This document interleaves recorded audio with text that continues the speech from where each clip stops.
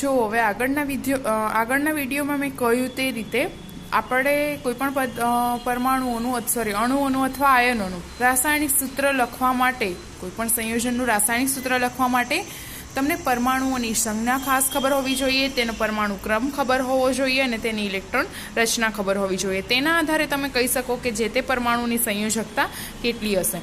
તો એના માટે મેં તમને ચાલુ ક્લાસે પણ કહ્યું હતું, કોઈ વિદ્યાર્થીઓએ ના લખેલું હોય એના માટે મેં ફરીથી આ વિડીયો બનાવેલો છે. સૌથી પહેલાં આપણે 1 થી 10 પરમાણુઓની વાત કરીએ છીએ. અહીંયા આગળ તમે જોઈ શકો છો મેં લખ્યું છે પરમાણુ ક્રમાંક, સંજ્ઞા, નામ, તેને યાદ રાખવાની ટ્રીક અને ઇલેક્ટ્રોન રચના.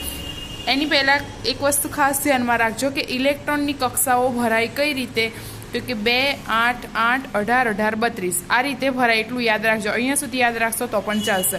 એનો મતલબ ઇલેક્ટ્રોન પહેલી કક્ષામાં વધારેમાં વધારે 2 ઇલેક્ટ્રોન સમાઈ શકે, બીજી કક્ષામાં વધારેમાં વધારે 8, ત્રીજીમાં વધારેમાં વધારે 8, ચોથીમાં વધારેમાં વધારે 18, પાંચમીમાં 18 અને છઠ્ઠીમાં 32. એ રીતે ઇલેક્ટ્રોનની ગોઠવણી થતી હોય છે. ચલો, પરમાણુ ક્રમાંક 1 થી 10 સળંગત છે, જે તમને ખ્યાલ જ હોય કે 1 થી 10 યાદ રાખી લેવાનું. ચલો, એના પછી છે સંજ્ઞાને યાદ રાખવા માટે અહીંયા આગળ આ જે ટ્રીક આપેલી છે એ જોવાની છે. એના માટે 1 થી 10 માટે શું મેં કહ્યું હતું, હહેલી બેબી કાનો ફરવા નીકળ્યા, એ રીતે આપણે વાત થઈ. ત્યાં યાદ રાખવા માટેની ટ્રીક છે. હ માટે શું હોય તો કે H, હે માટે HE, લી માટે LI, બે માટે BE, 2 પછી બી ફોર ફરીથી બી. ઓકે, સિમ્પલ એકલો બી. પછી અહીંયા આગળ જુઓ 3 અક્ષર 6, 7 ને 8 નંબરનું તત્વ છે ને, ત્રણેયને ભેગા કરીને મેં લખ્યું છે કાનો. સી એટલે ક, એન એટલે ન ને ઓ એટલે ઓ, કાનો, CNO. બરાબર, માટે અહીંયા મેં કાનો એટલે શું લખ્યું છે, 3 આલ્ફાબેટ કયા કયા, CN અને O. ત્યારબાદ છે ફરવા, Fનો F અને નીકળ્યા, NEનો NE. ઓકે, એ રીતે મેં લખેલું છે અહીંયા આગળ. ફરીથી કહું છું, યાદ રાખવાની ટ્રીક છે. એના પ્રમાણે આલ્ફાબેટ સેટ કરીને અહીંયા આગળ તમારે શું લખી દેવાના, પરમાણુ લખી દેવાના. ત્યારબાદ છે પરમાણુઓના નામ યાદ રાખવા. એ તો તમારે યાદ જ રાખવા પડે. કેવી રીતે? મોટા ભાગે અહીંથી અહીં સેટ થતા જશે. હ ફોર હાઇડ્રોજન, અહીંયા આગળ H for hydrogen, HE helium, LI lithium, BE beryllium, B boron, C carbon, N nitrogen, O oxygen, F fluorine અને NE નિયોન.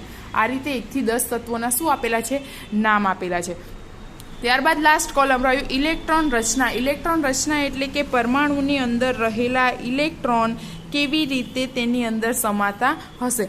એટલે કેવું હોય છે ખબર, એની અંદર જો આ પરમાણુનું ક્રમાંક હોય, પેલું આપણે સૌરમંડળવાળું ખબર છે ને, કે વચ્ચે અહીંયા આગળ ધારો કે સૂર્ય રહેલો હોય, એની આજુબાજુ પૃથ્વી ગતિ ભ્રમણ કરે, એની આજુબાજુ ચંદ્ર, એની બાજુ ઉપગ્રહ. તો એવી જ રીતે એક પરમાણુ કઈ રીતની રચના ધરાવતો હોય, તો કે એક આ રીતનું પરમાણુ કેન્દ્ર હોય જેની અંદર પ્રોટોન અને ન્યુટ્રોન હોય છે, અને આવી રીતે આજુબાજુ ઇલેક્ટ્રોન હોય. ઇલેક્ટ્રોનની આ પહેલી કક્ષા છે, આ બીજી કક્ષા છે, આ ત્રીજી કક્ષા છે, એ રીતે અલગ અલગ કક્ષાઓ આવેલી હોય છે. હાઇડ્રોજનનો પરમાણુ ક્રમાંક 1 છે, માટે એની ઇલેક્ટ્રોન રચના તો 1 જ થશે.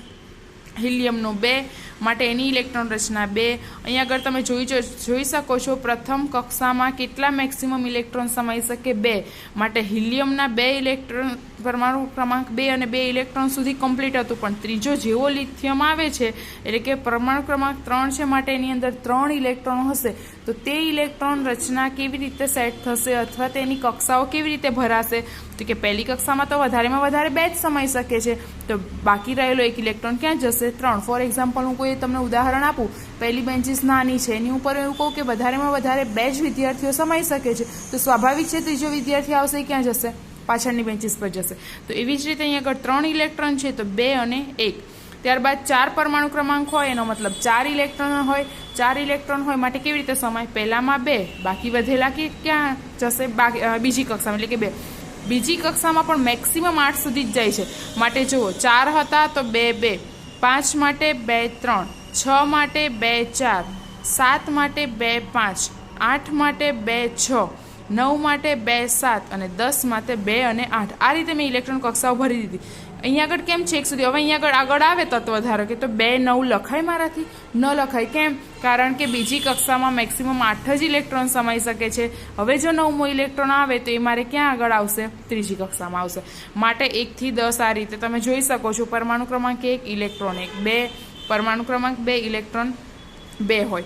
પરમાણુ ક્રમાંક 3 ઇલેક્ટ્રોન પણ જુઓ બંનેનો સરવાળો 2 + 1 3 4 2 + 2 4 5 2 + 3 5 આ ખાસ યાદ રાખજો પ્રથમ કક્ષામાં 2 ઇલેક્ટ્રોન એના પછીની કક્ષામાં મેક્સિમમ 8 ઇલેક્ટ્રોન સમાઈ શકે જો એ સિવાયનો આવે તો એ ક્યાં જશે આગળ એટલે કે 10 પરમાણુ ક્રમાંક અહીંયા આગળ આપણે પહોંચી ગયા છીએ ધારો કે અહીંયા આવી ગયો હવે જો 11મો આવે તો અહીંયા આગળ 2 8 10 તો થઈ ગયા અને અહીંયા 8 બી થઈ ગયા તો હવે અલ્પવિરામ કરીને ત્રીજી કક્ષામાં 1 સમાશે બરાબર આ રીતે થયું આપણે આ 1 થી 10 નું નેક્સ્ટ વિડીયોમાં હું તમને 11 થી 20 નું સમજાવું છું